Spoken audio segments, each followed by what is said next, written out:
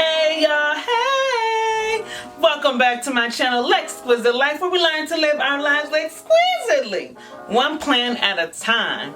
Y'all, we're gonna hop right into the second installment of the how-to series on how to start planning / newbie advice.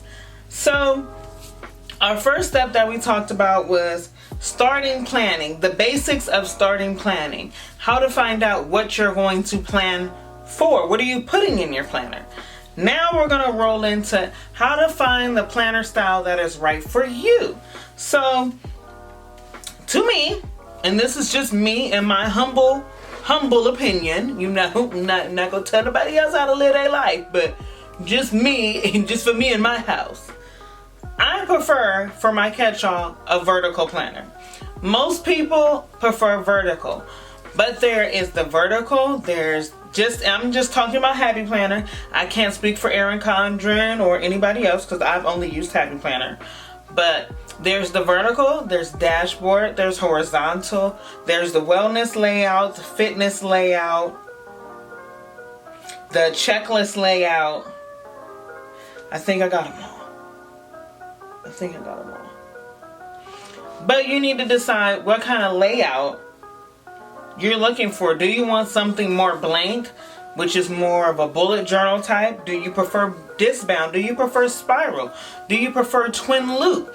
All of those things come into play when you're trying to decide what planner is best for you. So, you may want to start blank, which is the bullet journal. With a bullet journal, you can create as much or as little as you want, given your mood, your week, your time. Your page starts off blank and you can create from here to the moon, or you can decide you're just going to create from here to the living room. It's all up to your choice, your decision. What works best for you? I have bullet journaled in the past. I enjoyed it when I had the time. It was those weeks that I didn't have the time, which was more often than not, that I struggled. So it doesn't work for me. But if you crave that time where you have to carve out that time, then that may work for you. Also, do you prefer for your planner to be more functional, or do you prefer to have more decoration? Usually for people who prefer things more functional, they tend to lean on the dashboard or checklist layouts, or I've even seen some very functional horizontal layouts. You know, it just depends on what you think is going to work for you. How much or how little are you going to plan? How much detail? How little detail? Those type of things. Also, do you prefer spiral bound, a binder, or disc bound? A spiral, I'm trying to think, I don't have an example of a spiral bound planner. I don't think I've ever had a spiral bound planner. But spiral, that's not even a spiral bound, that's a twin loop. I really don't have an example. Spiral bound would be like the notebooks that you use. You know your spiral notebook you used in school, they was like $1.50 a piece. You needed one for every subject, let the teacher tell it. So, spiral bound. Oh, Erin Condren is a spiral bound planner. Why didn't that? Okay, come on, Sage. You should have thought that. But, that some people like that. They like that their planner is all together in one. It ain't going nowhere. For me, that doesn't work. But for you, that may work. Also, there are binder planners, which is like the A5, the B5, the A6. Those are all binder planners, which are functional and more customizable than a spiral bound planner because you can easily move the pages around. A lot of people like those. I don't think that would necessarily work for me. I fell in love with the disc system, so that's just my personal favorite. I'm not here to sway you one way or another. What may work for me may not work for you in your house. I'm just letting you know what's out there, let you know your options. I highly suggest exploring all of your options. Like when I got my bullet journal, I got mine on sale on Amazon because I wanted to try it. I wasn't sure if I was going to like it, and I didn't want to spend a whole lot of money on something, and I didn't even know if I was going to like it. And then, like I said, I've never tried a spiral bound, but I know that I wouldn't like that because I'm left-handed. With a spiral bound notebook, it's always in my way. I can't write. I don't like it. It was a struggle my whole life, and I'm traumatized. I don't want nothing to do with it. The binder, Once again, the binder would be in my way. I'm left-handed. For me, that wouldn't work. I don't necessarily like it, and I don't want to have to unsnap the binder and take my pages out so I can write and then snap it back in. For me, I don't like that. For me, I prefer a disc-bound system. The Happy Planner is a disc-bound system. Also, Arc, Tool, and I feel like I'm forgetting another one. What is it called? Martha Stewart. Those are all disc-bound systems. The pro and cons of disc-bound systems is disc-bound systems are as customizable as you want them to be. That's a pro, but that's also a con because you can get caught up in the hype of having everything and getting everything and all the add-ons, and I need to add on this, I want to add on that, and I want to take this and do that. But that's a part of the disc-bound system. Those are the main things that you need to try to figure out what you prefer for your planning style. Now, ways that you can figure out how you prefer these is to buy things on clearance. Buy different type of things on clearance. I have a cousin who is, let her tell it, die hard Happy Planner most days out the week. But she bought an Erin Condren planner because she just wanted to try it out. She kind of wanted to know what all the hype was about, so she wanted to try it out. So she purchased the Erin Condren, and she likes it, but she also says that she doesn't like the fact that she can't customize it as she wants to. It's not as easy as just adding a page in.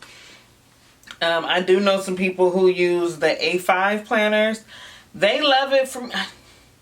it just doesn't, just... And I'm gonna be honest, some of them ain't all that cute. Like, I want to be cute. I want to be cute, okay? I'm not a girly girl, but I want my planner. She gonna be cute. I may look busted and disgusted, but honey, she's gonna look cute. She's gonna have her hair done, her nails done, everything did, okay?